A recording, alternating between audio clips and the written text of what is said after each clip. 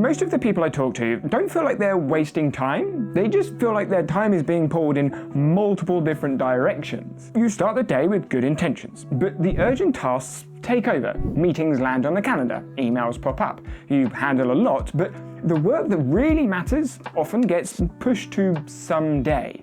In this video, I'll walk you through a simple, repeatable system that's helped me and lots of Morgen users make space for deep, focused work. I'll show you when to schedule work, how to get things done, and how to actually follow through on work that really matters. But first, let's define what we mean by deep work. Deep work is focused, distraction-free time for tasks that take real thought, creativity, or problem solving. I might be writing a report, designing a feature, mapping a strategy of some kind.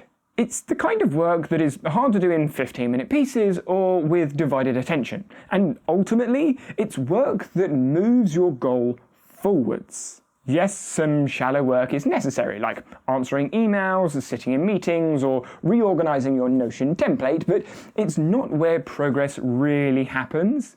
The truth is, deep work rarely happens by accident. You have to make space for it. This is how you can prioritize, protect, and make the most of deep work. Know your focus windows. Schedule and protect deep work. Set a goal, set yourself up right, and schedule the sessions. Everyone's rhythms are different. For some, it's early morning before the inbox explodes. For others, it's late evening, once the world sort of quiets down. You can track your energy for a week and see if you have variations day to day. Note down when you feel sharpest, and those peaks are your ideal deep work windows. But I say ideal for a reason, because we still need to consider real life, the things that don't go to plan. Layer on your commitments and constraints, your commute, walking the dog, getting kids ready for school, non-negotiable standing meetings. Ideally, you've noticed peak energy periods at times you can predict for deep work. Maybe not every day, but ideally most. However, it's one thing to know when to do deep work, it's another to make space for it. If you don't block it out on your calendar and ruthlessly protect it, the time will inevitably fill up with something else.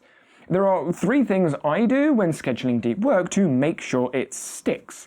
Firstly, I treat this time as non-negotiable in my calendar in Morgen. I use frames to do a recurrent deep work session scheduled in my calendar every day. Mine is after lunch because it's when I focus best.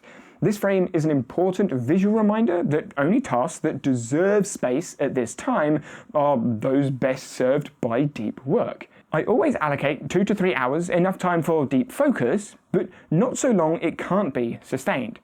I mark these frames as busy. When colleagues check my availability or use my scheduling links, they won't see this time as available.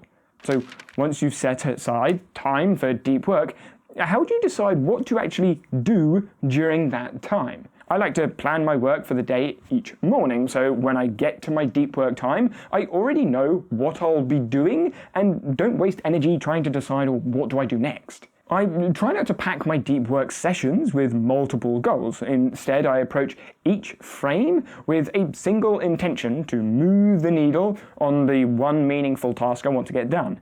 That task is often obvious. There's a deadline or a decision that's been looming. In those cases, I just drop it directly into the time block in Morgen calendar. Because Morgen connects with multiple project management tools, I can just drag and drop the task into the calendar right then and there. But not every day is that clear. Sometimes I'm juggling competing priorities. That is when I use the Morgen AI Planner. It reviews my tasks across all of the tools I've connected and the filters in the frames for the ones that are both high importance and substantial enough to deserve deep focus time. So when it suggests something, I know it's worth my time and attention to do. But the biggest hurdle with deep work isn't the work. It's focusing and ideally not getting distracted, and while you can't control all the distractions, you can add some constraints. You could remove distractions by closing browser tabs, muting notifications, closing communication apps like Discord or Slack, review the top task before, so open the files you need and make sure you have what you need to do the deep work, making sure to take breaks, of course, but not getting too distracted for too long. You may find putting on headphones helps, turning on a timer, or making a cup of tea. Whatever helps you signal this is the time for deep focus. After your session, take a moment to reflect. How much time did you spend on deep work? Did you stay focused? What did you actually accomplish? On days when deep focus sessions are cut short, either because you lost focus or something else came up, you can adjust the size of the time block on the calendar so you have an accurate picture of how much time you actually spent in deep focus. Cal Newport recommends this for a particular reason. It could create a feedback loop. You start noticing patterns and building momentum. But importantly, if you reflect on these in a quick weekly review, you can decide, are you achieving what you want? Or do you need to make some adjustments somewhere? The last piece of this, though, is to make it your own. You may find daily deep work isn't for you, but rather pick 2 days of deep work each week, or maybe 1 deep work week a month. I personally have a few different deep work blocks throughout my day with a specific focus using the frame filters. Regardless of how you schedule it, you won't get it perfect every time. Some days deep work may get interrupted, other days you may struggle to focus. Some days you may keep going and going and going and forget to eat, something like me. But if you are that much like me, you may have a growing list of tasks that you want to get done, but you aren't sure what to prioritize first. Should you put it in a deep work block, move it to another day, or ditch it completely? In this video, I actually share a tried and trusted method to prioritize all of your tasks.